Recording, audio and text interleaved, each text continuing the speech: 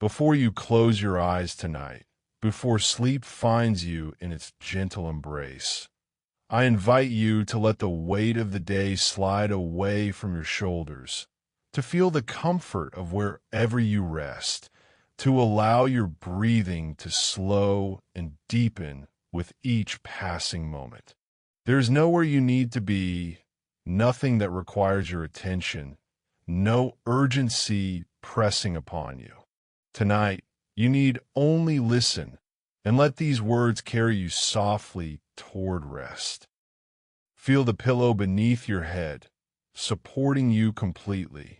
Notice how your body begins to settle, how tension loosens its hold with each breath you take. Your eyes may already be growing heavy, and that is perfectly well. Let them close if they wish. Let your jaw relax, your hands uncurl, your legs grow still and comfortable. You are safe here in this quiet moment, in this gentle space between waking and sleeping. Tonight's story asks nothing of you but to drift alongside it, to float upon its surface like a leaf upon still water. There will be no urgency here, no drama to startle you alert. Only the quiet of an evening settling into night, the familiar rhythm of a place grown still, the slow and certain movements of someone making his careful rounds. Let yourself sink into the telling. Let the images form softly behind your closed eyes, and know that if sleep should find you before the story ends, that is exactly as it should be.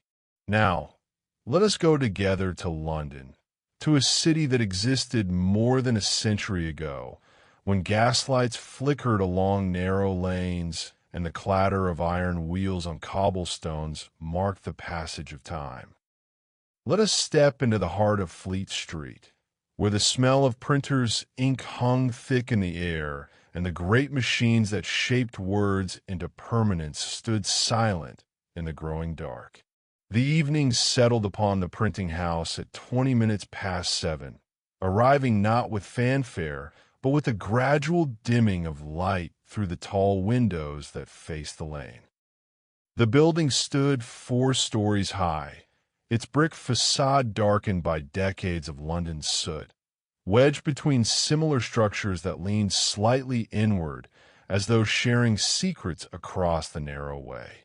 A painted sign above the door, faded now, but still legible, announced the premises as Thornfield and Sons, printers and stationers, established 1847. Inside, the ground floor comprised what had once been called the machine room, though that name carried implications of noise and motion that no longer applied at this hour. 3 printing presses occupied the space, each a monument of cast iron and careful engineering. The largest, a Wharfdale flatbed press, stood against the far wall, its great cylinder silent now, its bed empty of for me or paper. Beside it, a smaller Albion press rested with its lever in the upright position, and near the window, a Columbian press bore the distinctive eagle counterweight that marked its American design, the metal bird frozen mid-flight, above the mechanism it balanced. The floor beneath these machines showed the marks of their labor, ink stains worn deep into the wood where countless feet had stood through countless working days. The boards were uneven, having settled over the years into small hills and valleys that any man who worked there knew by heart and navigated without thought. Near each press sat a small table for inks and tools, and the tables bore the particular order that working men impose upon their implements, each item placed just so, ready for tomorrow's resumption of purpose. Thomas Wickham stood at the doorway between the machine room and the narrow passage that led to the rear of the building. He had worked at Thornfield and Sons for 32 years, beginning as an apprentice compositor at the age of 14 and working his way through the hierarchy of the trade until age and a weakening in his hands had moved him from active setting to the position of caretaker. He was 61 years old now, a man of medium height whose shoulders had begun their slow curve forward, whose hair had thinned to silver wisps across his crown, whose hands still bore the permanent gray stain of lead and ink in the creases of his palms. His duties in these evening hours were neither complex nor taxing, but they required a particular quality of attention that suited his temperament. He was to ensure that all candles were extinguished, that no embers remained in the small stove used to melt adhesives, that windows were secured, that the back door leading to the alley was properly bolted. He was to make a slow circuit of the premises, noting anything amiss, anything that might require attention come morning. And he was to remain until the night watchman arrived at 8 o'clock to begin his own rounds of the neighborhood. Thomas moved now from the doorway, his boots making a soft scuffing sound against the floorboards, and approached the nearest table. Upon it lay a compositor's stick, left out by young Peter Ashford, the second-year apprentice who still forgot, with some regularity, to return his tools to their proper places. Thomas picked up the stick, feeling its familiar weight in his palm, and carried it to the cabinet against the wall where such implements were stored. He opened the cabinet door, its hinges giving the faintest creak, and placed the stick in its designated slot among its fellows. The machine room held a particular quality of silence that Thomas had come to appreciate. It was not an empty silence, not the hollow absence of a space long abandoned, but rather the silence of rest, of potential energy held in check. The presses would wake again tomorrow morning when the pressman arrived and the day's work began, but for now they stood in that state of patient waiting that well-made machines assume when their operators have gone home. He walked to the Wharfdale press and ran his hand along its bed, checking by touch what his eyes had already confirmed that "No for me" had been left in place. Finding the bed empty and clean, he moved to examine the inking rollers, which hung suspended above the bed. Someone, probably Henry Garrett, the head pressman, had cleaned them thoroughly before leaving. The rollers showed only the faintest trace of ink, and Thomas nodded with satisfaction, a gesture no one was present to witness, but which he made nonetheless. The windows that faced the lane were 8 in number, tall and narrow, set high enough that passers-by could not easily peer inside. The evening light that came through them now was gray and growing dimmer, tinged with the particular quality of a November evening when the sun has already set and the sky holds only the memory of daylight. Thomas moved along the row of windows, checking each latch in turn, his fingers testing the security of each fastening with the automatic precision of long habit. At the fourth window, he paused. Through the grimy glass, he could see the lane below, where a lamplighter was making his rounds, touching his long pole to each street lamp in succession. The gas jets caught and bloomed into small flowers of yellow light, pushing back the darkness in their immediate vicinity, but leaving the spaces between them in shadow. Thomas watched until the lamplighter had moved beyond his range of vision, then returned his attention to the remaining window latches. When he had confirmed that all were secure, he made his way to the rear passage. This was a narrow corridor, barely wide enough for 2 men to pass each other, that ran along the back of the building. It provided access to a small washroom where the workers cleaned ink from their hands, to a storage closet that held supplies of paper and binding materials, and to the back door that opened onto the alley. The washroom door stood ajar, and Thomas pushed it fully open. The room contained a deep stone sink, a shelf that held a bar of coarse soap and several rags, and a small mirror whose silvering had begun to peel away at the edges. The sink was dry, recently used and wiped clean, and the rags hung neatly folded on their hooks. He nodded again, that same silent gesture of approval, and pulled the door closed. The storage closet required more attention. He produced from his waistcoat pocket a ring of keys, selected one by touch rather than sight, and unlocked the closet door. Inside, stacked upon wooden shelves, lay ream after ream of paper in various weights and sizes. The paper represented a substantial investment for a firm like Thornfield and Sons, and proper storage was essential to prevent damage from damp or pests. Thomas stepped into the closet, his eyes scanning the shelves, his nose testing the air for any hint of mildew or the particular sour smell that indicated mouse infiltration. The paper appeared undisturbed. The reams were stacked with precision, sorted by size and weight, and the closet maintained the dry, dusty smell of properly stored stock.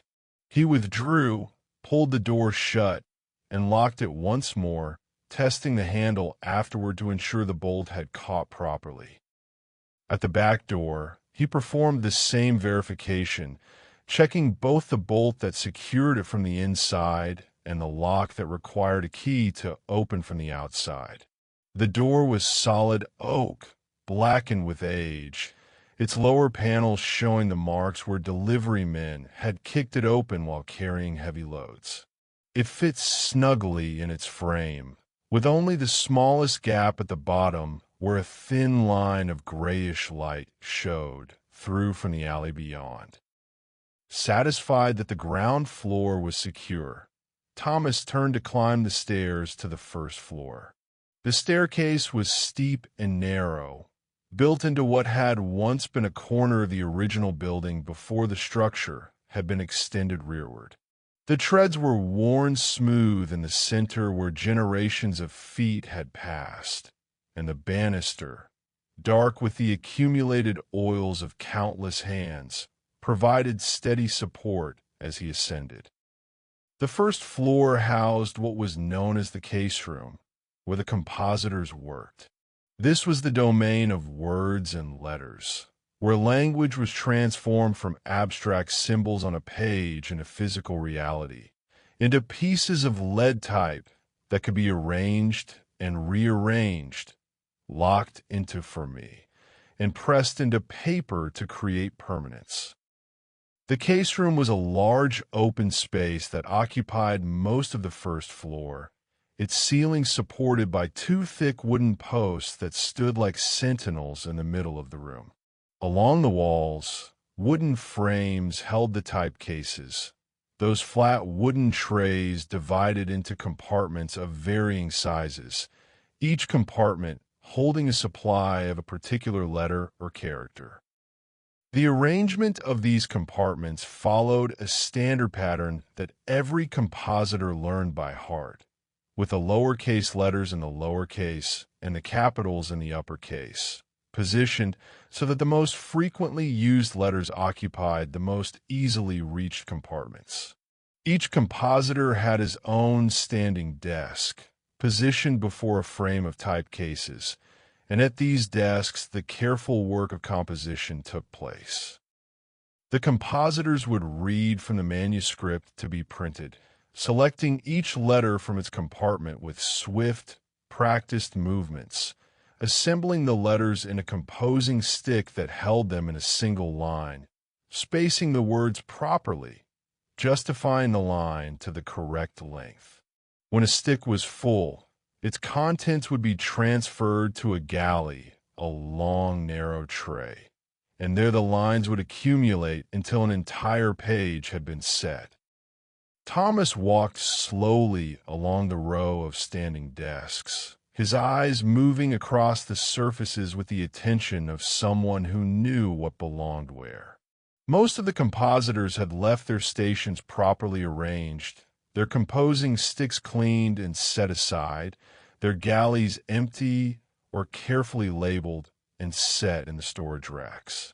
But young Ashford had again been careless. His desk showed traces of spilled letter spacing material, those thin strips of lead used to separate words, scattered across the surface rather than returned to their proper compartments. Thomas gathered the spacing material carefully, sorting the different widths by eye and touch, and returned each piece to its designated place in Ashford's typecase. The boy would learn in time. They all did, those who stayed in the trade. The work demanded precision, and precision came through repetition, through the patient correction of small errors until the hands moved correctly without the mind's conscious direction. He moved to the windows that lined the street side of the case room, checking their latches just as he had done below. These windows were larger than those on the ground floor, designed to admit the maximum amount of natural light to aid the compositors in their close work. During the day, the room would be bright, almost cheerful, with sunlight streaming through the glass and illuminating the motes of paper dust that perpetually filled the air. Now, with evening deepening toward night, the light from the street lamps below provided only a dim, uncertain glow that barely reached the center of the room. At the far end of the case room, a smaller chamber had been partitioned off with wooden walls that rose only 7 feet, leaving a gap between their top and the ceiling. This was the office of Mr. Thornfield the younger, who managed the business his grandfather had established and his father had expanded. The door to this office stood closed, as Thomas knew it would. Mr. Thornfield did not work in the evenings, preferring to conduct his business during daylight hours and return to his home in Islington before dark. Thomas tried the office door, found it locked, and moved on. There was nothing more to check in the case room, nothing more that required his attention. The type cases stood in their frames, each letter waiting in its designated compartment. The standing desks bore no candles or lamps that might pose a danger. The floor was swept clean, as it was swept at the end of every working day to prevent the accumulation of lead dust that could cause illness. He returned to the stairs and continued upward to the second floor. This level of the building housed additional workspace, including a smaller room where the correction of proofs took place and where finished galleys of type were stored until they were needed for printing. This room also contained several long tables where paper was cut to size and where printed sheets were collated and folded for binding. The room was quieter than the ones below, if such a distinction could be made in a building already wrapped in evening stillness. Here the silence felt deeper, more complete, as though the very walls had absorbed sound and refused to release it. The tables stood in neat rows, their surfaces clean and empty. The cutting blade, mounted on one table, had been locked in its upright position, its edge protected by a wooden cover. The storage racks along one wall held numerous galleys of type, each labeled with the job it belonged to, each waiting for its turn at the press. Thomas moved along the rows of galleys, his eyes scanning the labels, though he was not looking for anything in particular. He simply looked, as he had looked for 32 years, with the attention that long familiarity brings. The labels were written in various hands, some neat and precise, others rushed and barely legible, each marking a piece of work in progress, a promise yet to be fulfilled. A single window provided light to this floor, positioned at the front of the building and overlooking the lane. Thomas approached it, following his established routine, and checked its latch. As he did so, he happened to glance down into the street below, where he could see a man hurrying past, his coat collar turned up against the November cold, his breath visible in small clouds before his face. The man disappeared around a corner, and the lane returned to its empty state, lit by the gas lamps that now burned steadily in the thickening darkness. The second floor required little more of his attention. There were no stoves here, no candles to extinguish, nothing that could present a danger if left unattended. He completed his circuit of the room, returned to the stairs, and began the final ascent to the third floor. This topmost level of the building was different in character from the floors below. Where the ground and first floors had been devoted to the machinery and craft of printing, where the second floor served as a transitional space for preparation and storage, the third floor had a more domestic quality. Here, in earlier times, apprentices had slept, housed by their masters according to the ancient customs of the trade. Though that practice had largely ended, the rooms still bore the marks of their former purpose. The third floor was divided into several smaller chambers, each barely large enough to contain a narrow bed, a small chest, and perhaps a single chair. Most of these rooms now stood empty, their doors hanging open to reveal bare floors and walls marked by faded rectangles where pictures or shelves had once hung. But two of the rooms remained occupied, not by apprentices but by storage containing the accumulated materials of years.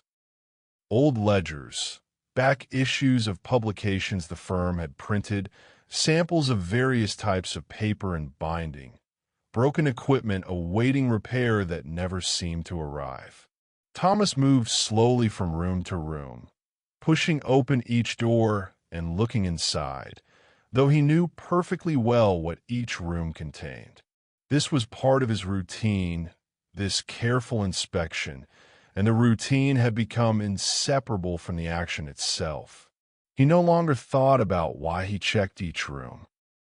He simply did so, because it was time to do so, because evening had arrived, and with it the responsibility of ensuring that all was as it should be. In one of the storage rooms, a stack of ledgers leaned at a precarious angle, threatening to topple. Thomas stepped inside, knelt down with a soft grunt of effort, and repositioned the ledgers so they stood more securely. His knees protested the movement, a dull ache that spoke of age and the countless times he had knelt and risen throughout his working life. He stood slowly, bracing himself with one hand against the wall, and left the room, pulling the door closed behind him. The final room at the end of the corridor was different from the others. It contained a small table, a chair, and an oil lamp that Thomas himself had placed there years ago. This was where he would wait out the final portion of his watch, after he had completed his rounds, until the night watchman arrived to take over the responsibility of the premises. The table held nothing but the lamp and a tin box containing matches. Thomas entered this room and placed his hand on the lamp, checking that it contained sufficient oil. It did, nearly full, and he nodded with satisfaction. He would light it in a few minutes, once he had completed his inspection of the third-floor windows and made his way back to the lower floors for one final check before settling into wait. The windows on the third floor were smaller than those below, set into the sloping roof where the building's original structure showed through. These windows required him to bend slightly to reach their latches, and as he moved from one to the next, testing each in turn, he felt the persistent ache in his lower back that had become his constant companion in recent years. Through one of these small windows, he could see across the rooftops of neighboring buildings, a landscape of chimney pots and slate tiles that held the last faint glow of the departed day. Smoke rose from several chimneys, thin gray columns that dissolved into the darkening sky. Somewhere in the distance, a church bell rang 8 times, the sound carrying clearly through the cold air, announcing the hour. Thomas straightened, his hand still resting on the window latch, and listened to the bells fade. The night watchman would arrive soon, within the next few minutes, and Thomas's duties would be complete for another evening. But he did not hurry. There was no point in hurrying, no benefit to rushing through what remained of his routine. He would finish as he always finished, methodically, carefully, ensuring that nothing had been overlooked. He left the small room with the lamp and table, closing the door behind him, and made his way back to the stairs. The descent from the 3rd floor required more attention than the ascent had demanded, for the treads were steep and his knees were not as reliable as they had once been.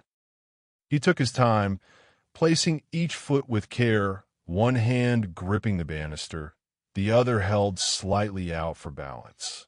At the 1st floor, he paused to take a final look at the case room, where the type cases stood silent in their frames and the standing desks waited for tomorrow's work. Nothing had changed in the brief time since he had last checked this floor. Nothing ever changed during his evening rounds. Yet he looked anyway, as he had looked every evening for 3 decades, because looking was part of the duty, and the duty was what gave shape to these hours.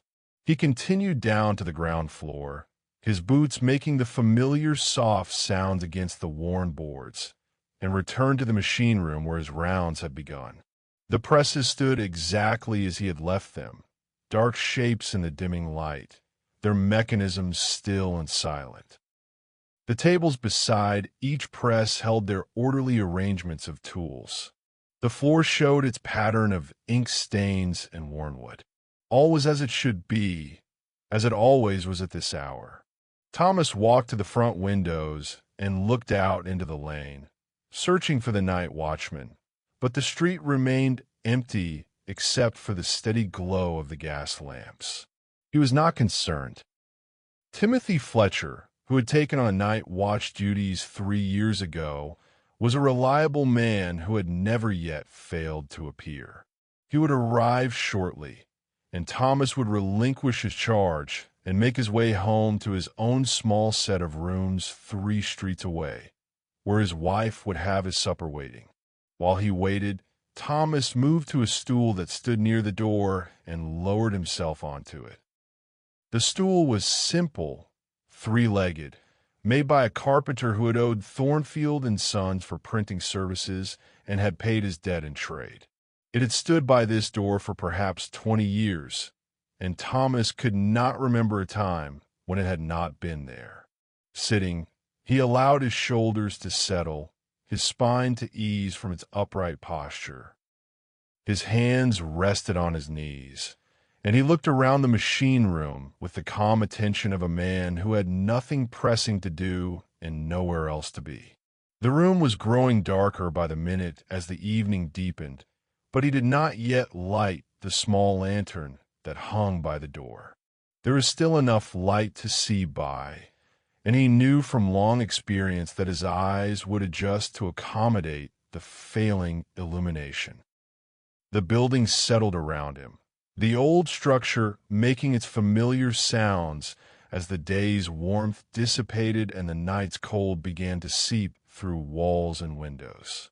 Beams creaked softly overhead, a sound so regular that Thomas barely registered it. Somewhere in the building, perhaps on the 2nd floor, a loose shutter tapped gently against its frame, a rhythmic sound that would have bothered some men, but which Thomas found almost companionable. He thought, as he often did during these quiet moments, about the progress of his life, about the path that had brought him from apprentice to journeyman to compositor to caretaker. He thought about the thousands of pages he had set during his working years, the millions of individual letters he had placed in their proper order, the books and broadsides and business cards and notices that had passed through his hands on their way to permanence. Most of that work was forgotten now, scattered to destinations unknown, read and discarded, used and disposed of, serving their temporary purposes before vanishing into the great flow of printed matter that moved through the city like a river. Only a few items remained in his memory with any clarity. A collection of poems by a local author, printed in a small edition that had taken weeks to compose and had sold poorly. A series of advertisements for a now-defunct shipping company, notable only for their unusual typeface. A set of funeral cards for a child who had died of fever, the parents' grief evident in the careful specifications they had provided for the format and wording. These memories surfaced without his summoning them, drifting up from the years like objects floating to the surface of deep water. Thomas did not pursue them or try to hold them.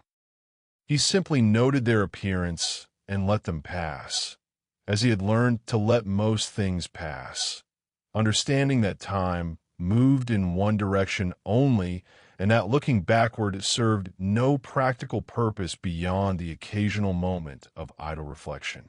The sound of footsteps in the lane drew his attention back to the present. He looked toward the window and saw Timothy Fletcher approaching, recognizable even in the dim light by his distinctive rolling gait, a legacy of some childhood injury that had left one leg slightly shorter than the other. Thomas rose from his stool, his knees objecting briefly before settling into cooperation, and moved to the door. He drew back the bolt and opened the door just as Fletcher reached it, admitting the night watchman along with a gust of cold air that smelled of coal smoke and distant rain. Fletcher nodded a greeting, his face ruddy with cold, his breath steaming in the warmer interior air. "Evening, Thomas," Fletcher said, his voice carrying the particular quality of a man who had been walking in silence and had not yet fully returned to the habit of speech. "All quiet, then?" "All quiet," Thomas confirmed, stepping aside to allow Fletcher to enter fully. "Nothing out of place. The back door is bolted, windows all secured. No problems to report." Fletcher nodded, accepting this information as he accepted it every evening, and unwound the thick scarf from around his neck. He carried a lantern in one hand and a stout walking stick in the other, these being the tools of his trade. He would spend the next several hours making circuits of the neighborhood, checking on various premises that had contracted for his services, ensuring that no fires had started, no windows had been broken, no intruders had gained entry. "Cold enough out there," Fletcher observed, setting his lantern on the floor and leaning his walking stick against the wall. "Going to be a hard frost tonight. I shouldn't wonder." Thomas made a sound of agreement, though his thoughts were already turning toward home, toward the supper his wife would have prepared, toward the warmth of his own hearth. But politeness required a moment more of conversation, and so he remained, standing with Fletcher in the pool of dim light near the door. "Mrs. Fletcher well?" Thomas asked, as he asked most evenings. "Well enough," Fletcher replied. "Her sister's visiting from Portsmouth, so the house is fuller than usual. Lots of talk at supper time." He smiled slightly, the expression just visible in the gloom. "I'll be glad of the quiet rounds tonight, truth be told." Thomas smiled in return, understanding perfectly. He collected his coat from the peg where he had hung it upon arriving, shrugged into its worn weight, and reached for his hat. "I'll be off then," he said. "The place is yours." "Right you are," Fletcher said. "See you tomorrow evening, Thomas." "Tomorrow evening," Thomas confirmed, and stepped out into the November cold. The door closed behind him with a solid sound, and he heard Fletcher draw the bolt home from inside. Thomas stood for a moment on the narrow pavement, allowing his eyes to adjust to the darkness, noting the bright spots of the gas lamps and the deep shadows between them. Then he turned toward home, his hands thrust deep in his coat pockets, his collar turned up against the cold, walking at the moderate pace of a man who had nowhere to hurry to and all the time in the world to arrive. Behind him, the printing house stood dark and silent, its windows reflecting nothing but the yellow glow of street lamps, its machinery at rest, its stores of paper and ink and lead type waiting patiently for morning and the return of purpose.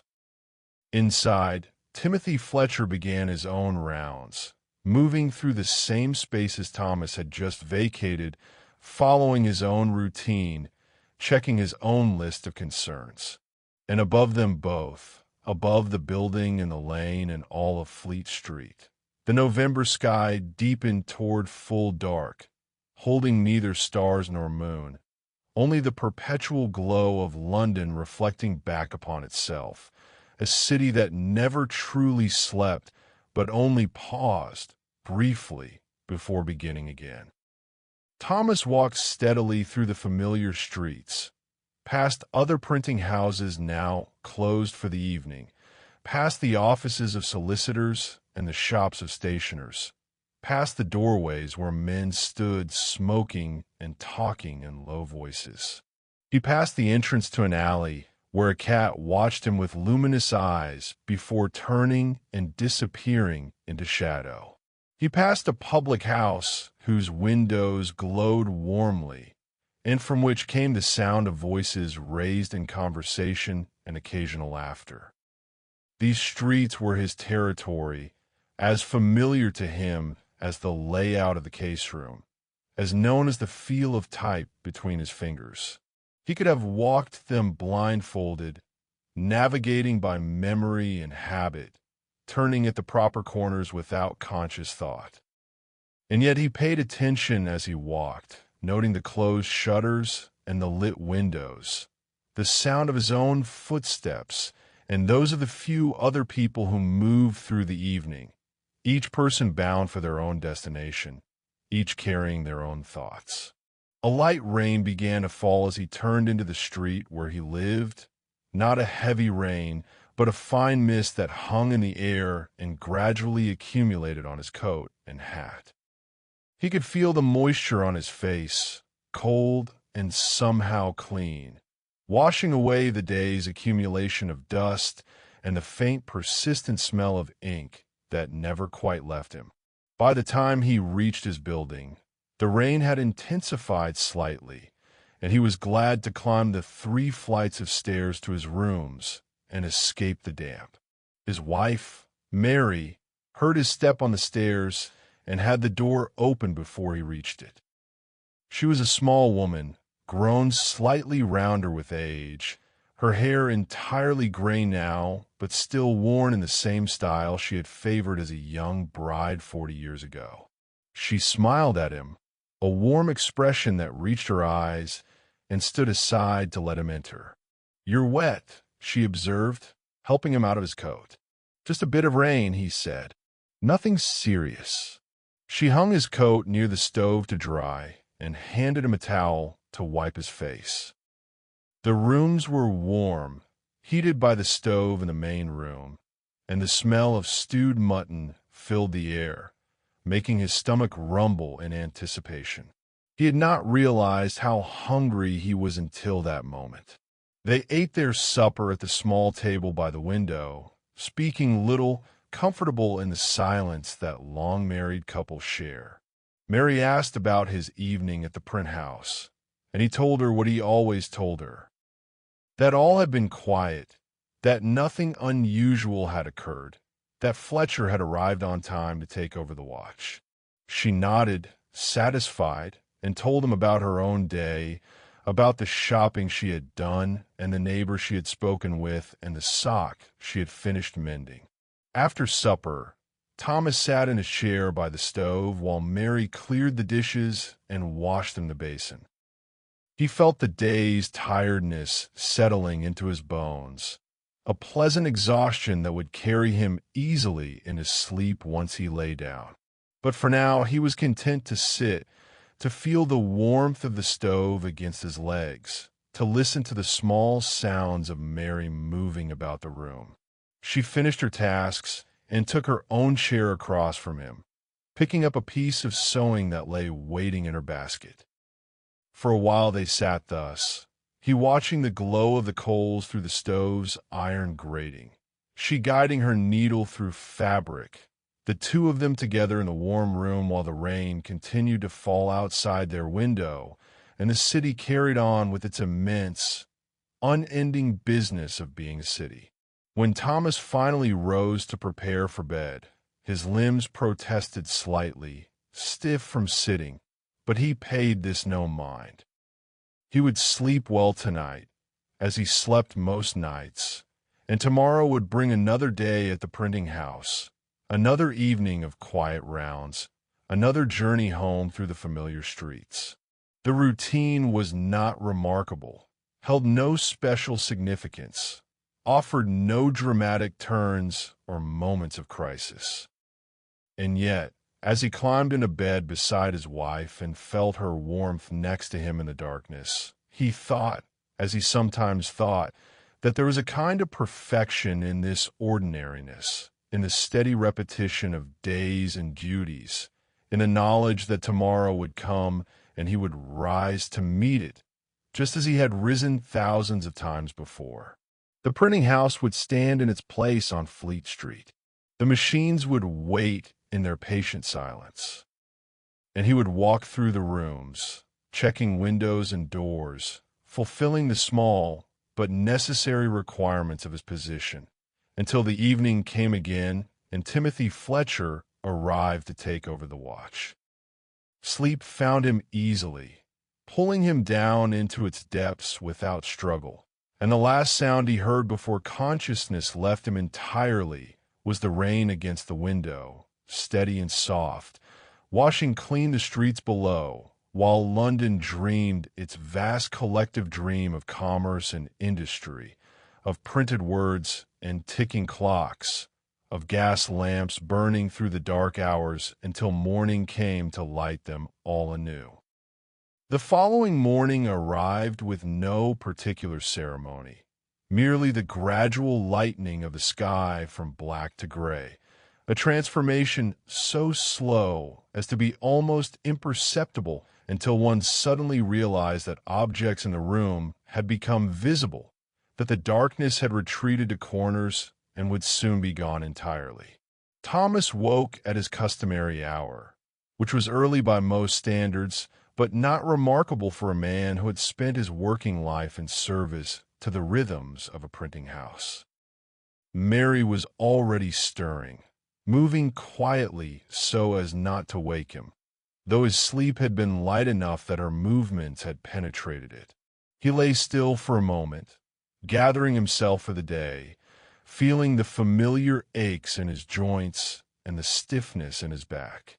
Then he rose, dressed in the same clothes he wore every day, the same waistcoat and trousers and shirt that bore the faint gray stains of his trade, and made his way to the basin to wash his face and hands. Breakfast was simple, as it always was: bread and butter, weak tea, a small piece of cheese. They ate without much conversation, Mary preoccupied with her own thoughts, Thomas already beginning the mental preparation for his day. When he had finished, he kissed his wife's cheek, collected his coat and hat, and descended the stairs to the street below. The rain had stopped during the night, leaving the cobblestones wet and gleaming, reflecting what little light the overcast sky provided. Thomas walked at his measured pace through streets that were now beginning to fill with people. Workers making their way to shops and offices and factories, vendors setting up their wares, the great machinery of the city stirring to life after its brief rest. The air smelled of coal, smoke, and damp stone, the characteristic perfume of London in winter. He arrived at Thornfield and Sons at 7:30, his usual time, and found the door already unlocked. Henry Garrett, the head pressman, had arrived before him, as Garrett always did, and was in the machine room preparing the Wharfdale press for the day's first job. Garrett looked up as Thomas entered, nodded a greeting, and returned to his work. Thomas's duties during the day were different from his evening responsibilities, but no less routine. He served as general assistant, fetching supplies when they were needed, running messages between the different floors, helping the younger workers when they encountered difficulties with equipment or materials. He was the repository of the firm's institutional memory, the man who knew where everything was kept and how everything was done, and who had worked there longer than anyone save Mr. Thornfield himself. The morning passed in its accustomed way. Thomas helped young Ashford untangle a particularly difficult piece of composition on the first floor, showing the boy how to adjust his spacing to make the line justify properly. He carried a heavy ream of paper from the storage closet to the second floor for the folders. He spent 20 minutes searching for a specific size of brass rule that Mr. Thornfield needed for a job he was planning, eventually locating it in a drawer that had not been opened in months. At midday, he ate his lunch, which consisted of bread and cold meat that Mary had wrapped for him that morning, sitting on a wooden crate in the back passage and watching through the open rear door as drays passed in the alley, delivering supplies to neighboring businesses. The day remained gray and cold, though no rain fell, and the sky showed no signs of clearing. The afternoon brought more of the same. Small tasks completed with the same attention he gave to everything, brief conversations with the other workers, periods of simply standing and watching as the presses ran their sheets or the compositors assembled their lines of type. There was a rhythm to the work of a printing house, a pattern of sound and motion that Thomas had internalized so completely that he could tell by the quality of the noise whether the machines were running properly or required adjustment. As the afternoon waned toward evening, the workers began to complete their tasks and prepare to leave. The compositors cleaned their sticks and returned tools to their proper places, though Ashford once again left his desk in slight disarray.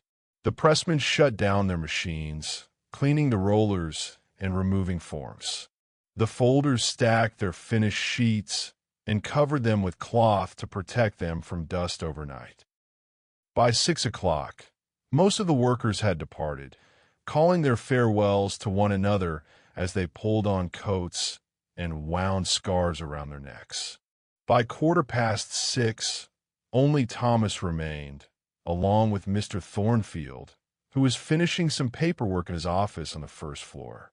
By 6:30, even Mr. Thornfield had left, locking his office door behind him and wishing Thomas a good evening as he passed through the machine room on his way out. And so Thomas began his evening rounds once more, following the same path he had followed the night before and would follow the night to come, checking the same windows and doors, making the same verifications, ensuring that all was secure. He moved through the building with the automatic precision of long habit, his feet finding their way without conscious direction, his hands reaching for latches and handles and lock mechanisms as though guided by some intelligence independent of his own volition. The machine room was quiet, the presses standing in their accustomed positions, the tables holding their orderly arrangements. He checked the inking rollers on each machine, finding them properly cleaned. He tested each window latch, finding them all secure. He examined the floor near the small stove, ensuring no embers had escaped, finding none. Everything was as it should be, as it always was. In the passage behind the machine room, he checked the washroom, the storage closet, the back door. All was in order. The bar of soap sat in its place on the shelf. The rags hung on their hooks. The paper reams stood in their neat stacks. The door was bolted, the lock engaged. Nothing required his intervention. No disorder demanded correction. He climbed the stairs to the first floor, his knees protesting slightly less than they had the previous evening, or perhaps he simply noticed the protest less, having grown so accustomed to it that it had become part of the normal sensation of moving through the building. The case room lay in shadow now, the gray light from the windows barely sufficient to illuminate the space. He could make out the dark shapes of the standing desks and the typecases, but details had been swallowed by the dimness. He walked along the row of standing desks, not bothering to light a lamp, navigating by memory and by the faint light from the street. At Ashford's desk, he found a scattered spacing material and patiently collected it, sorting the pieces by width and returning them to their compartments. The boy would learn, he told himself again, as he had told himself the previous evening, as he would tell himself tomorrow evening when he once again found Ashford's desk in disarray. The windows were checked, their latches tested. Mr. Thornfield's office door was found to be locked. The floor showed no problems, no spills or drop tools that might present a hazard. Thomas completed his circuit of the case room and moved toward the stairs, ready to continue upward to the second floor. But as he reached the stairwell, he paused, arrested by a quality of light coming from above. Someone, it appeared, had left a lamp burning on one of the upper floors, something that had never happened before in all his years of service. The discovery was not alarming, exactly, but it was unusual, and unusual things required investigation. He climbed more quickly than he normally would have, his curiosity overriding the usual measured pace of his rounds. The light grew brighter as he ascended, and by the time he reached the second floor, he could see that it came from a lamp sitting on one of the long tables, burning with a steady yellow flame that pushed back the darkness in its immediate vicinity. Thomas approached the lamp with caution, not from any sense of danger, but simply from the habitual care with which he approached everything. The lamp was one he recognized, a simple oil lamp of the type used throughout the building. It sat in the center of the table, its chimney clean, its flame trimmed to an even height. Beside it lay a sheet of paper covered in handwriting, and beside that, a pen and an open bottle of ink. He picked up the paper and moved it closer to the lamp to read it. The handwriting was Mr. Thornfield's, neat and precise, and the content appeared to be a letter to a client regarding an upcoming printing job. The letter was incomplete, breaking off mid-sentence, as though Mr. Thornfield had been interrupted or had simply decided to finish it the following day. Thomas set the paper down carefully, replaced it in exactly the position where he had found it, and considered the lamp. Mr. Thornfield must have been working here after the others had left, perhaps finding the quiet of evening conducive to concentration, and had either forgotten to extinguish the lamp when he departed or had assumed that Thomas would find it and do so. Either way, the lamp could not be left burning unattended.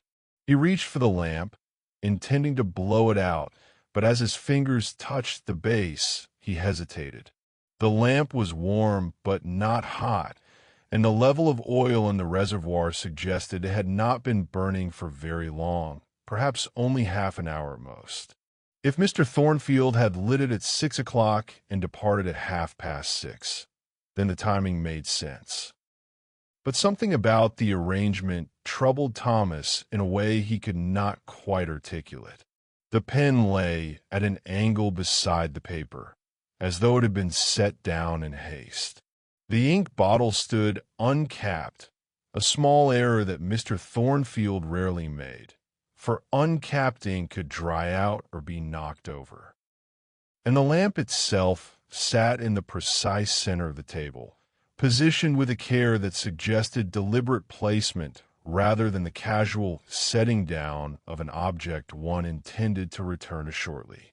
Thomas stood looking at the scene for a long moment, trying to understand what bothered him about it, why this simple collection of objects should produce in him a faint sense of unease. Nothing was wrong, exactly, and yet something was not quite right either, some quality that he could not identify, but that his long experience allowed him to sense nonetheless. At last he decided that he was making too much of a simple oversight. Mr. Thornfield had been working, had been called away, or had decided to leave, and had forgotten to extinguish the lamp. It happened. People were not machines. They made small errors, left small tasks undone. Thomas would simply complete what had been left incomplete, cap the ink bottle, extinguish the lamp, and continue his rounds. He reached for the ink bottle first, preparing to screw its cap into place. But as he touched it, he saw something that made him pause again. A drop of ink had fallen onto the table beside the bottle, a small dark bead that had not yet fully dried. He touched it with his fingertip, finding it still wet, still capable of leaving a stain. The ink had been spilled very recently, within the last few minutes perhaps, certainly not half an hour ago, when Mr. Thornfield had departed. Thomas straightened, his heart beginning to beat a little faster, and looked around the room with new attention. The shadows beyond the lamp's circle of light seemed suddenly deeper, more opaque, and the silence of the building, which had always been a comfortable silence, now felt charged with possibility. Someone else was here, or had been here very recently, moving through the building while Thomas made his rounds, lighting lamps and leaving evidence of their presence.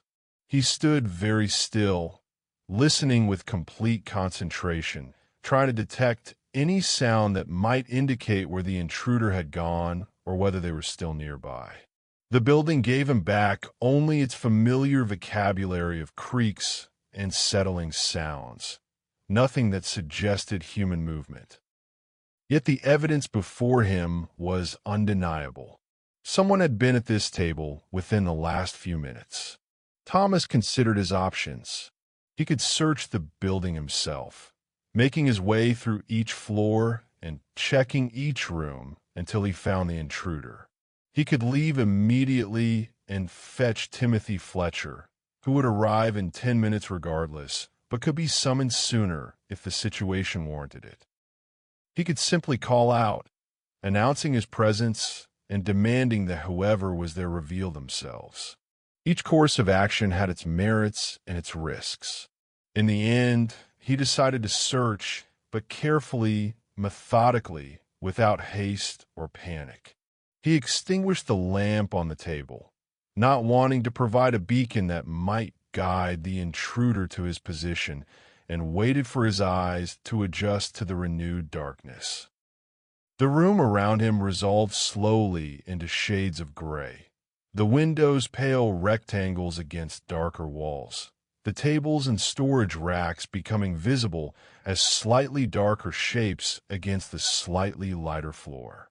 He moved toward the stairs, intending to check the third floor first, reasoning that if someone had lit the lamp on the second floor and then moved upward, that was where they would most likely be found. The stairs complained beneath his weight, each tread producing its characteristic creak, and he winced at the noise, knowing it announced his movements to anyone who might be listening. But there was no help for it. The stairs were old, and there was no way to ascend them silently. The third floor was darker than the second, farther from the street lamps, and possessing fewer windows. Thomas paused at the top of the stairs, letting his eyes adjust once more, and then began to move along the corridor, checking each room in turn. The empty rooms were empty, their doors hanging open, their interiors showing nothing but bare floors and marked walls. The storage rooms contained only their usual contents, undisturbed, exactly as he had left them the previous evening. He reached the final room, the small chamber where he kept his lamp and where he waited for Timothy Fletcher each evening, and pushed the door open. The room was empty, the table and chairs standing in their accustomed positions, the lamp sitting on the table just as he had left it. Nothing had been disturbed. Thomas stood in the doorway, breathing slowly, trying to make sense of what he had found and what he had not found. The evidence of the ink drop was real, undeniable.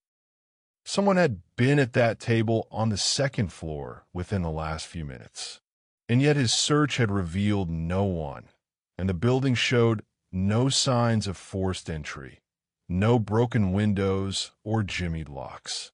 Whoever had been here had either left by the front door while Thomas was searching upstairs, or they had never been here at all, and the ink drop had some other explanation that his tired mind was failing to grasp. He returned to the stairs and descended to the second floor, moving more quickly now, less concerned with silence. At the table where the lamp had been burning, he struck a match and relit the lamp, bringing its warm glow back to life. The paper was exactly as he had left it, the pen still lying at its angle, the ink bottle standing beside it. And the ink drop, when he bent to examine it, was still wet, still gleaming slightly in the lamplight. It made no sense. Thomas stood looking at the small drop of ink, as though it might explain itself if he stared long enough, as though its presence might suddenly become reasonable if he could only think about it in the right way. But no explanation came to him, and after a few moments, he simply wiped up the ink with his handkerchief, capped the ink bottle, and left the lamp burning on the table. He completed his round to the second floor, checking the window and the storage racks, finding everything else in order. Then he descended to the first floor and made a thorough check of the case room, looking behind the standing desks and in the corners where shadows pooled, searching for any evidence that someone had been there. He found nothing. The ground floor received the same careful attention. He checked the machine room, looking behind the presses and under the tables. He checked the passage and the washroom and the storage closet, unlocking it and peering inside at the stacks of paper.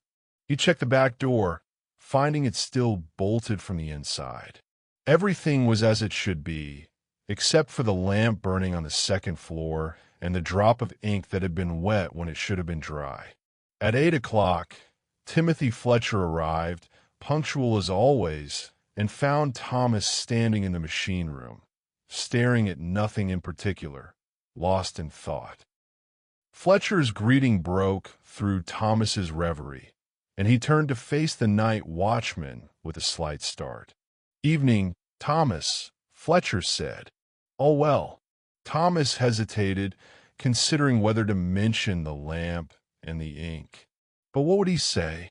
That he had found a lamp burning that should not have been burning? That he had found a drop of wet ink? These were not the kinds of observations that constituted evidence of any real problem. They were merely oddities, small things that had unusual aspects, but that probably had ordinary explanations he had simply failed to think of. "Oh, well," he said at last, "though there's a lamp burning on the second floor. Mr. Thornfield must have been working late and forgotten to extinguish it. I've left it burning. Thought you might want the extra light on your rounds." Fletcher nodded, accepting this information without concern. "Kind of you, Thomas. Save me lighting my own." He began to unwrap his scarf, settling in for his night's work. Thomas collected his coat and hat, pausing at the door to look back at the machine room one last time. The presses stood in their places, patient and silent. The tables held their arrangements of tools. Everything appeared normal, solid, real. Whatever had happened on the second floor, whatever explanation existed for the wet ink and the burning lamp, It was nothing that required his continued attention. His duties were complete for the evening. The building was Timothy Fletcher's responsibility now. "Good night, then," Thomas said. "Good night," Fletcher replied. "Mind yourself on the walk home. Streets will be slick from the rain." Thomas stepped out into the November cold and pulled the door closed behind him. As he heard Fletcher draw the bolt, he turned toward home, his mind still turning over the small mystery of the evening, examining it from different angles, looking for the explanation that must exist but that continued to elude him. He walked through the familiar streets, past the same landmarks and through the same pools of gaslight, his footsteps keeping their measured pace. But his thoughts were elsewhere, caught in the puzzle of the burning lamp and the wet ink, circling endlessly around the question of how Mr. Thornfield's work could show evidence of having been disturbed mere minutes ago when Mr. Thornfield had departed more than an hour earlier. By the time he reached his building and climbed the stairs to his rooms, he had almost convinced himself that he had been mistaken, that the ink had not been as wet as he thought, that his eyes had deceived him in the lamplight. Almost, but not quite. Some small part of him remained troubled, retained the sense that something had been not quite right, that the building had held some presence beyond his own during his evening rounds. Mary was waiting with his supper, and he ate mechanically, his responses to her questions shorter than usual. She noticed his distraction, but did not press him, understanding, after 40 years of marriage, that her husband sometimes needed to work through things in his own mind before he could speak of them. After supper, he sat in his chair by the stove, but instead of feeling the pleasant exhaustion that usually came at this hour, he felt wakeful, alert, his mind refusing to settle into rest. He kept seeing the drop of ink gleaming wetly in the lamplight, kept hearing the silence of the building around him as he stood at that table, trying to understand what he had found.